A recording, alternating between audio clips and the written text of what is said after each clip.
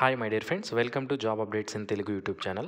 Friends, మనకి staff selection commission SSC నుంచి 2049 ఉద్యోగాల భర్తీకి నోటిఫికేషన్ అనేది రిలీజ్ చేయడం అనేది జరిగింది.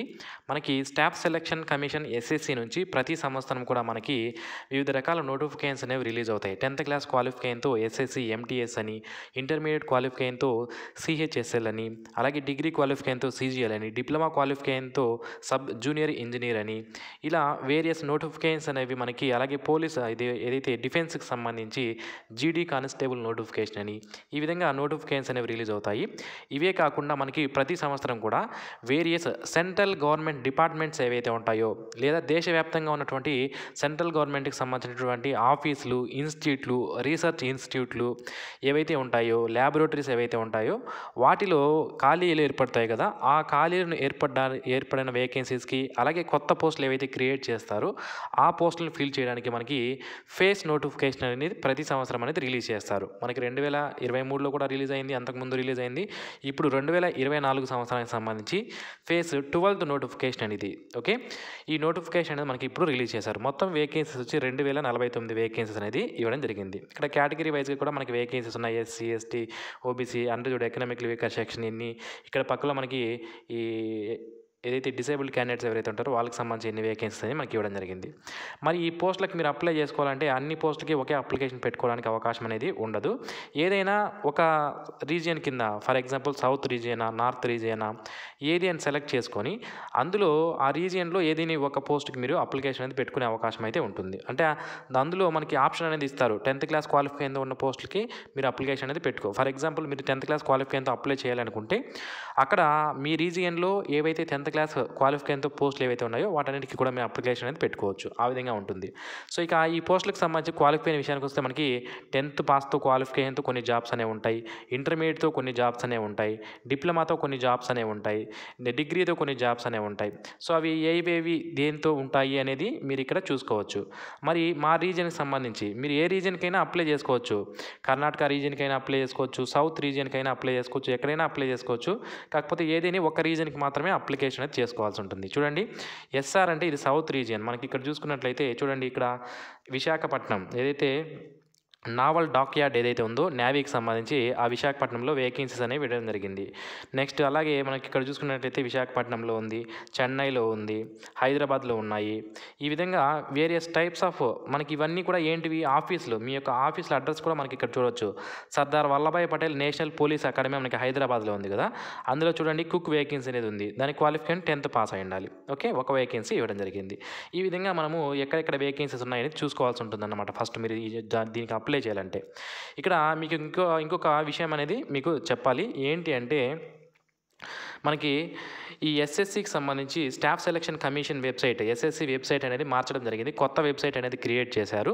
కొత్త వెబ్సైట్ లింక్నే నేను వీడియో కింద డిస్క్రిప్షన్లో ఇస్తాను. దాంట్లో మళ్ళీ మీరు OTPR one time profile registration అనేది చేసుకొని మళ్ళీ అప్లై అనేది చేసుకోవాలి. అది మీరు గమనించాలి. ఓకే, మనకి ఇక్కడ వేరియస్ టైప్స్ ఆఫ్ వేకెన్సీస్ ఉన్నాయని మీరు ఇక్కడ చూసుకోండి. మీకు ఏది ఎలిజిబిలిటీ పీడిఎఫ్ లింక్ని వీడియో కింద డిస్క్రిప్షన్లో ఇస్తాను. నేను ఈ వేకెన్సీస్ అన్నీ కూడా ఒకసారి చూసుకొని మనకి చూడండి, ఇక్కడ geological survey of India south reason సంబంధించి హైదరాబాద్లో దీని యొక్క హెడ్ క్వార్టర్ అనేది ఉంది. అందులో 10 వేకెన్సీస్ ఉన్నాయి. ఏం వేకెన్సీస్ అంటే junior technical assistant vacancies. Qualification ఏమంటే గ్రాడ్యుయేషన్ లేదా ఈక్వలెంట్ క్వాలిఫికేషన్ మనకి ఇక్కడ ఇవ్వడం జరిగింది. ఈ విధంగా మనం చూసుకోవాల్సి ఉంటుందన్నమాట. ఓకే, సో మిగిలిన డీటెయిల్స్ ఏవైతే ఉన్నాయో వాటన్నిటిని నేను మీకు ఇప్పుడు తెలియజేస్తాను. మనకి ఆన్లైన్ అప్లికేషన్స్ అనేవి మనకి చూడండి 26/2/2024 నుంచి 18/3/2024 మధ్యలో మీరు అప్లికేషన్స్ అనేవి చేసుకోవాల్సి ఉంటుంది.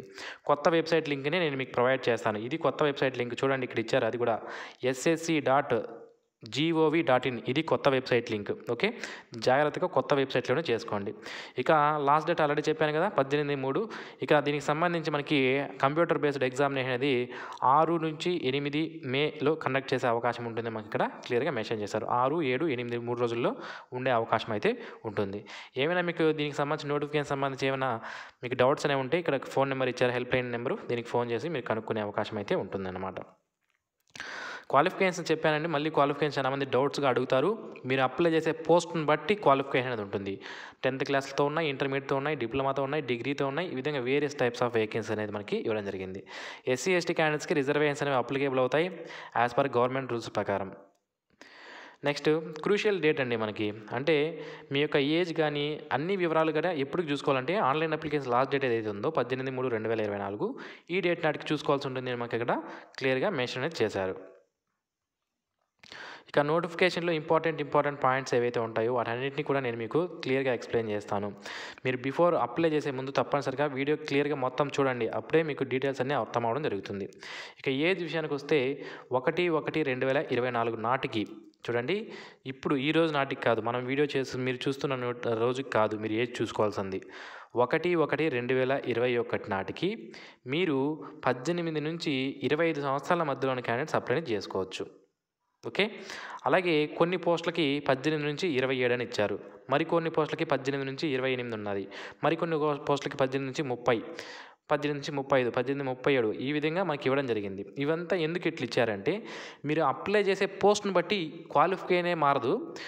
క్వాలిఫికేషన్ అట్లే ఉంటుంది. మీరు అప్లై చేసే post for example multi tasking staff అనుకుందాం, దానికి 10th క్లాస్ క్వాలిఫికేషను. అలాగే దానికి ఏజ్ మారడం జరుగుతుంది. నెక్స్ట్ వేరే చోట కూడా మనకి ఎంటీఎస్ ఉంటే అక్కడ సేమ్ ఏజే ఉంటుంది. ఆ విధంగా మీరు చూసుకోవాల్సి ఉంటుంది. మీరు అప్లై చేసే పోస్ట్ని బట్టి మనకి ఇక్కడ మారుతాయి. ఇక ఏజ్ రిలాక్సేషన్ విషయానికి వస్తే ఎస్సీ ఎస్టీ వాళ్ళకి 5 సంవత్సరాలు, ఓబీసీ వాళ్ళకి 3, person disability 10 years age relaxation అనేది ఉంటుంది.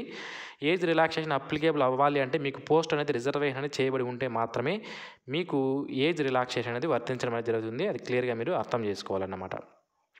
ఓకే. సో ఈ నోటిఫికేషన్ మొత్తం మనకి చూడండి 167 పేజీలు అనేది ఉంది. ఈ 167 పేజీలు నేను మీకు ఎక్స్ప్లెయిన్ చేయాలంటే మనకి చాలా టైం అనేది పడుతుందన్నమాట. కాబట్టి ఇంపార్టెంట్ పాయింట్స్ ఏవైతే ఉన్నాయో వాటన్నిటిని నేను మీకు క్లియర్గా ఎక్స్ప్లెయిన్ చేస్తున్నాను. మనకి ఎగ్జామినేషన్ సెంటర్స్ విషయానికి వస్తే మనకి ఒక్కొక్క రీజియన్ ఇక్కడ మనకి చూడండి ఈస్టర్న్ రీజియన్ అని, సౌత్ రీజియన్ అని, వెస్టర్న్ రీజియన్ అని ఈ విధంగా మనకి రీజియన్స్ అనేవి ఇవ్వడం జరిగింది కదా. ఇందులో చాలామంది క్యాండిడేట్స్ మన సౌత్కి సంబంధించి అప్లై చేస్తారు కాబట్టి సౌత్ రీజియన్లో ఒకసారి ఎగ్జామినేషన్ సెంటర్స్ కానీ మనం చూసినట్లయితే చూడండి హైదరాబాద్, కర్నూలు, విజయవాడ, విశాఖపట్నం, చెన్నై, మదురై, చీరాల, కడప, గుంటూరు, కాకినాడ, నెల్లూరు, రాజమండ్రి, తిరుపతి, విజయనగరం, పుదుచ్చేరి, కోయంబత్తూర్, కృష్ణగిరి, సాలెం, తిరుచిరపల్లి, తిరునెల్వేలి, వేలూరు, కరీంనగర్, వరంగల్లో మనకి సౌత్ రీజియన్కి సంబంధించి ఉన్నాయి. మీకు వేరే రీజియన్లో కనుక కన్వీనియంట్గా ఉంటే అక్కడ కూడా మీరు ఎగ్జామ్ సెంటర్ అనేది సెలెక్ట్ చేసుకునే అవకాశం అయితే ఉంటుంది. ఇక ఎగ్జామినేషన్ స్కీమ్ అంటే సెలక్షన్ ప్రొసీజర్ విషయానికి వస్తే మనకి కంప్యూటర్ బేస్డ్ టెస్ట్ ద్వారా మనకి సెలక్షన్ అనేది చేస్తారు. ఈ కంప్యూటర్ బేస్డ్ టెస్ట్లో మనం ఒకసారి చూసినట్లయితే సిలబస్ అనేది జనరల్ ఇంటెలిజెన్స్కి సంబంధించి 25 క్వశ్చన్స్ 50 మార్కులకి, జనరల్ అవేర్నెస్ 25 క్వశ్చన్స్ 50 మార్కులకి, క్వాంటిటివ్ యాప్ట్యూడ్ 25 క్వశ్చన్లు 50 మార్కులకి, ఇంగ్లీష్ లాంగ్వేజ్ బేసిక్ సంబంధించి 25 క్వశ్చన్లు 50 మార్కులు. సో మొత్తం 100 క్వశ్చన్స్ అనేవి ఎగ్జామినేషన్లో ఉంటాయి. 200 మార్క్స్కి ఎగ్జామినేషన్ కండక్ట్ చేస్తారు. టైం విషయానికి వస్తే 60 minutes మాత్రమే మనకి టైం అనేది ఇవ్వడం జరుగుతుంది. నెగిటివ్ మార్క్స్ కూడా ఉంటాయి తప్పనిసరిగా. మనకి ఇక్కడ చూసినట్లయితే 0.50 నెగిటివ్ మార్క్స్ అనేవి కూడా మనకి యాజ్ పర్ గవర్నమెంట్ రూల్స్ ప్రకారం వర్తించడం జరుగుతుంది అన్నమాట. ఇక ఎడ్యుకేషన్ క్వాలిఫికేషన్ ఆల్రెడీ చెప్పాను మీకు. So post